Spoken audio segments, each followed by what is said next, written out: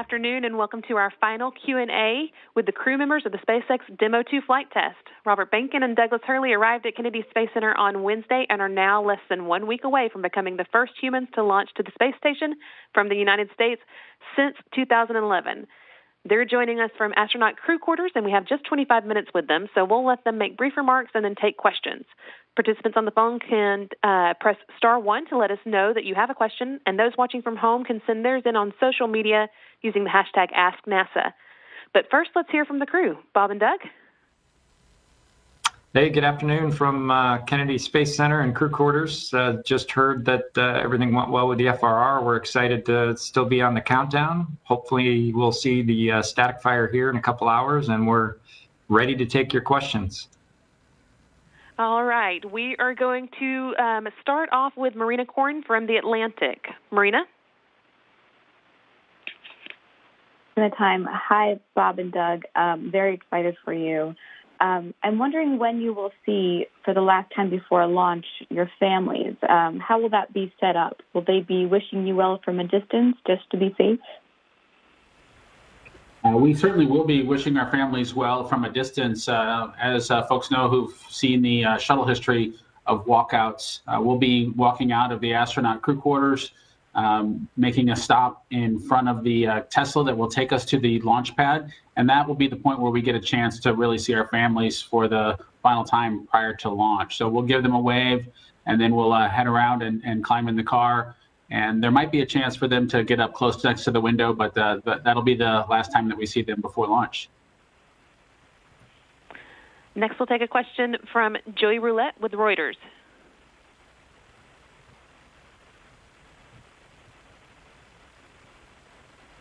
Cassidy wrote to you from the station about seeing you and Bob in the coming days. What else did he say in that email? Is he looking forward to you guys going on the station? And for Bob, I was wondering if you could tell us about how it felt to fly over to Kennedy Space Center. What did you guys talk about while you were on that flight? Thanks so much. As far as the email from Chris, I probably would be doing him a disservice if I divulged everything he said in his email to us. But he is, I think, very much, and knowing Chris, as both Bob and I know him pretty well, he likes solitude, but it was very obvious that he is ready for some human interaction with us. As far as in the U.S. segment, obviously he's got his 2 Russian crewmates, but I think he's looking very much forward to us coming up there and at least trying to help him out some. As far as our arrival goes, I think Doug and I were both extremely excited to return to the Kennedy Space Center and get a chance to fly around the facility a little bit. We didn't land immediately. There are always timing issues that people are trying to have as a consideration as you come in for an event like that. So we did get a chance to make a little bit of a tour of the local area rather than doing a full stop straight in, which allowed us to reminisce about all the times that Doug and I have flown in here, both as Cape Crusaders, but as astronauts over the years, and certainly dozens of times together coming to work at the Kennedy Space Center. It just was an exciting thing to go through one more time leading up to launch. It was exciting to see. Next, we'll take Marcia Dunn from the Associated Press.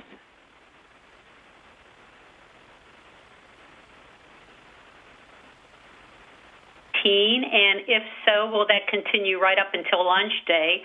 And I'm also wondering if you've ever been so medically scrutinized in your entire lives.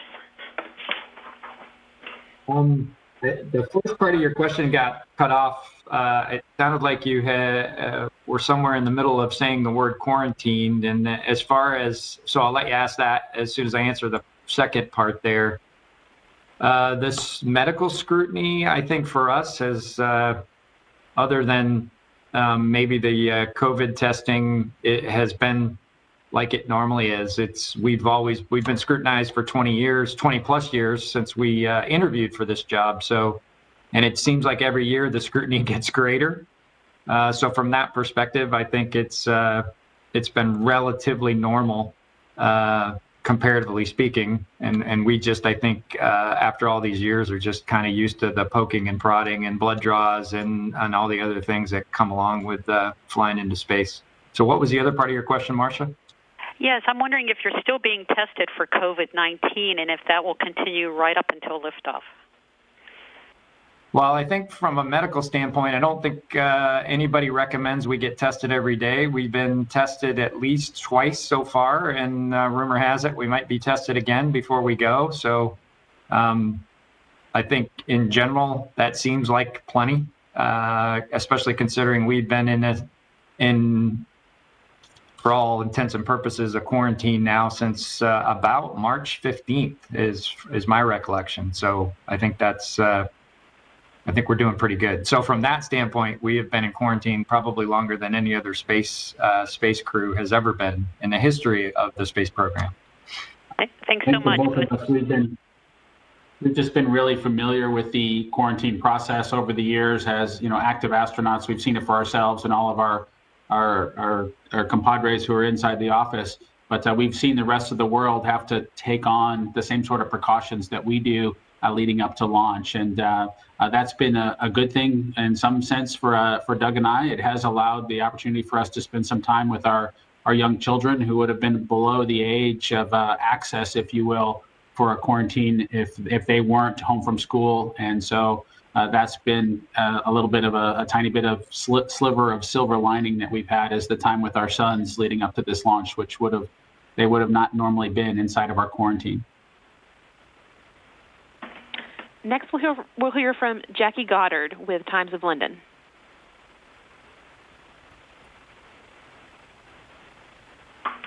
Princess Badass. I suspect that if I ask each of you to elaborate on what makes you a badass, you'll be all modest and say you're not and that you're just doing your job. So I'd like to ask Bob, what makes Doug a badass? And Doug, what makes Bob one? Thanks, and have a safe flight. Can you say that? I don't know. Brandy, can you repeat the question? I'll let you rephrase. Okay. No, it's a great question, and I figuring out a way and having us do it on each other is a good way to get us through the gap there. But Doug is ready for anything all the time. He's always prepared, and when you're going to fly into space on a test mission, that's you couldn't ask for a better person or a better type of individual to be there with you. And so I'm just thankful that doing something like this, I'm doing it with Doug Hurley, because he's going to be prepared for whatever comes our way, and he's going to be prepared quickly. So I couldn't ask for more. Yeah, as far as Bob, he is the quiet, bad, and then I'll let you put in the next word. But he just doesn't. There's no stone unturned. There's no way that he doesn't have every potential eventuality already thought about, 5 times ahead of almost anybody else. And so there's no question I can ask him that he doesn't already have probably the best answer for. And it's just been, it's just such just a pleasure. And it's such an asset to have somebody like that on a crew with you that he's already got it all figured out. Everything that we could possibly, potentially deal with, and it just makes it so much easier when you have somebody like that with your crew. We're going to take both of us, I think, as we head to space station, because I think, of course, one of the Cassidy or the Navy SEALs mottos is, have a plan for every situation and dispatch of it appropriately. And so between the two of us, maybe we can keep up with Chris Cassidy. Thank you. Okay, we're going to take a question from Twitter now. We have Robert on Twitter who asked, many of America's previous spacecrafts with crews had names. Mercury 3 was Freedom 7, and Gemini 3 was called Molly Brown. Have you guys named your Crew Dragon? We have. We have to save some suspense for the mission itself, but we do have a name, and we will break it out appropriately, and we've got something for you to look forward to on launch day. Yeah, this goes along with kind of some of the traditions, and we've talked about this many times, and not only Bob and I, but several other folks within our office, and the Crew 1 and now the Crew 2 folks, and certainly the folks on the Boeing side, all think it's a great idea and a tradition we should continue. So we feel honored to continue this tradition. We will look forward to that for sure. And next on Twitter from Owen Plum, who is 13, he wants to know, are you bringing any payloads with you? Any payloads? For our mission, we really are focused on the flight test aspect of it. We do have some small items that are coming up to the International Space Station, but our primary responsibility is to get ourselves up there, and so the amount of payload activity that we have on board is pretty minimal. Once we arrive at Space Station, I know that we'll be supporting operations associated with the HTV that should be arriving soon after we do, both for potentially spacewalks as well as other experimental hardware that's inside of that vehicle. So we're primarily crew transport, and we've got some extra hardware that we'll leave behind on Space Station to facilitate future Dragons arriving on the International Space Station. But our payload payload mass is pretty limited. Okay, we'll go back to the phone now. This next question will be from Chris Davenport with the Washington Post. Chris who? Yeah, well, I don't know if we've met him before.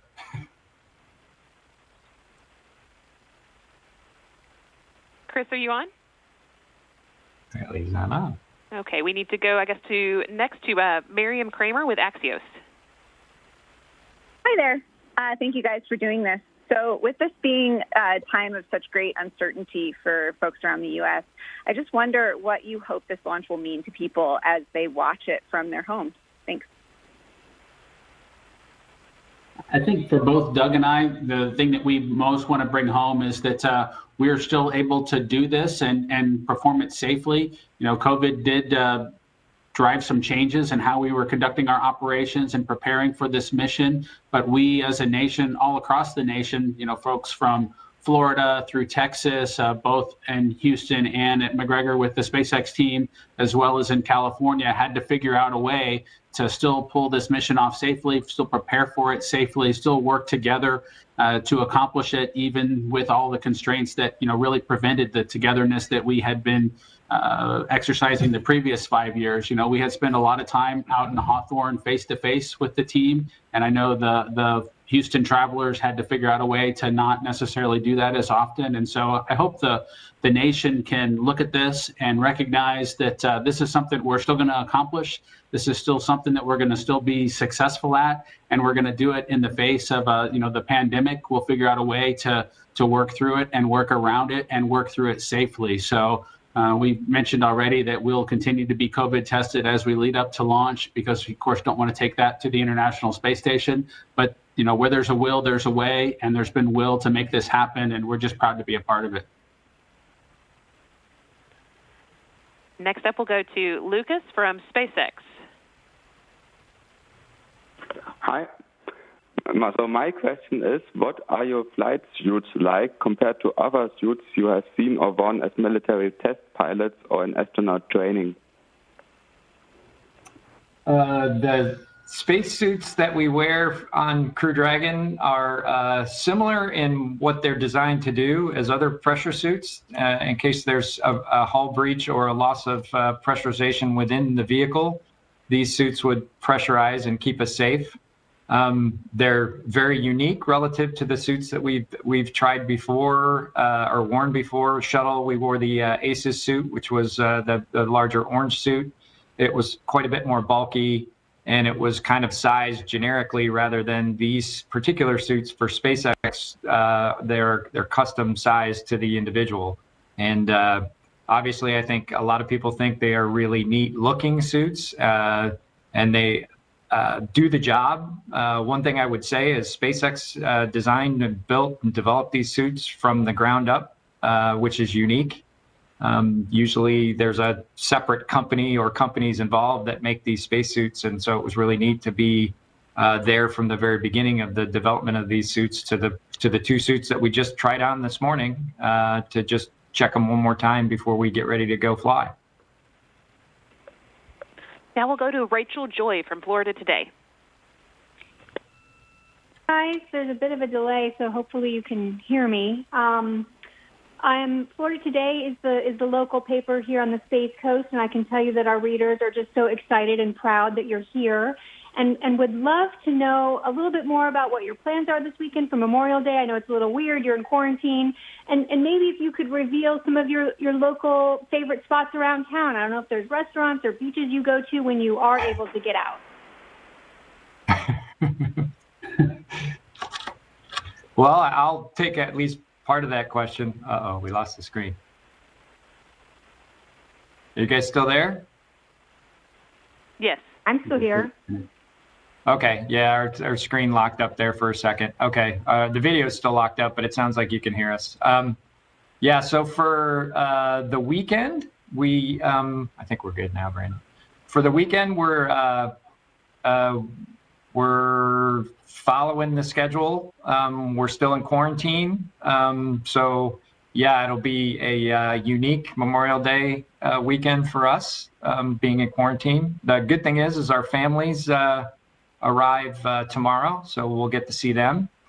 But there's just continuing schedule. For example, tomorrow is the dry dress, so that'll be kind of the dress rehearsal for launch day. And then Sunday and Monday, we have plenty of scheduled events as we work our way towards launch on Wednesday. So the long and the short of it is it's a little bit of what we like to call Groundhog Day, which is quarantine. But there's plenty of things to do, and hopefully we'll get a chance to be outside, maybe get out to the beach house and at least enjoy kind of some of the traditional things that folks will enjoy or hope to enjoy on most Memorial Days. And as far as I think your other question was where do we like to go when we can get out? Pretty much anywhere. Anywhere in Cocoa Beach. It's always just neat to get out, see the beach and some of the different restaurants and places that we try to go whenever we get down here. But the docks will not allow it on this trip. Yeah, no, I get you. So we won't be seeing you at the sandbar this time. No, probably not, unfortunately, but we'd certainly like to say hi to everybody there, if there is anybody there. That's the other thing. I don't even know if are those places open to some degree in a limited fashion or not at all. All right, next up we'll go to Stephen Clark with Spaceflight Now. Hi, thank you for taking my question. First of all, I know you have a manual flying demonstration during your transit to the space station. Can you talk about which of you is actually going to be flying the vehicle and your roles during the flight up to ISS for each of you? And also, you were both selected as astronauts in 2000, sort of in the heart of the shuttle program. Did you ever expect to be flying anything in space besides the shuttle when you joined the astronaut office? Thanks.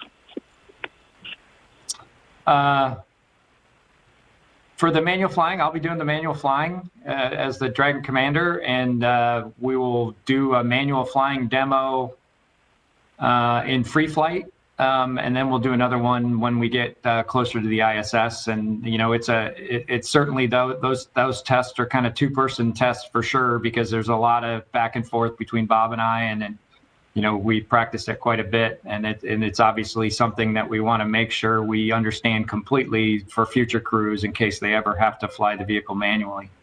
As far as the second question, I think both of us would really have been just over the moon if we had the opportunity when we first arrived to fly on a new spacecraft. And over the years, we've seen NASA complete the space station and then consider what the next steps were going to be. And so we've longed to be a part of a test mission, a test space flight, and Doug and I are lucky enough to get that opportunity going forward. So I would say it's something we maybe dreamed about when we were new ASCANs, flying something other than the space shuttle, the next vehicle. It did not seem likely at the time when we arrived in the astronaut office. There was a lot of assembly of the International Space Station that had to happen, and so we needed to get through that, and we were just excited to have our opportunities on those missions, and that happened many years ago. So I think we're living the dream, is what I guess astronaut Michael Fossum would have said if he was posed with that question. Okay, next we're going to go to Dave Mosher with Business Insider. Thank you guys for doing this, and best of luck on your flight. So you both said this is an experimental flight and basically an astronaut's dream to do a test flight, but there's still a good amount of risk in it. And I'm curious if and how mission management has shared LOC or LOM numbers with you, and what you think about those numbers, how confident you are moving forward with the test flight. Thank you. I think whenever we hear those numbers, we dig a little bit deeper than just what the overall statistics might imply, and those numbers are best used as you kind of compare different ways of doing things or hardware changes that you might pursue or otherwise.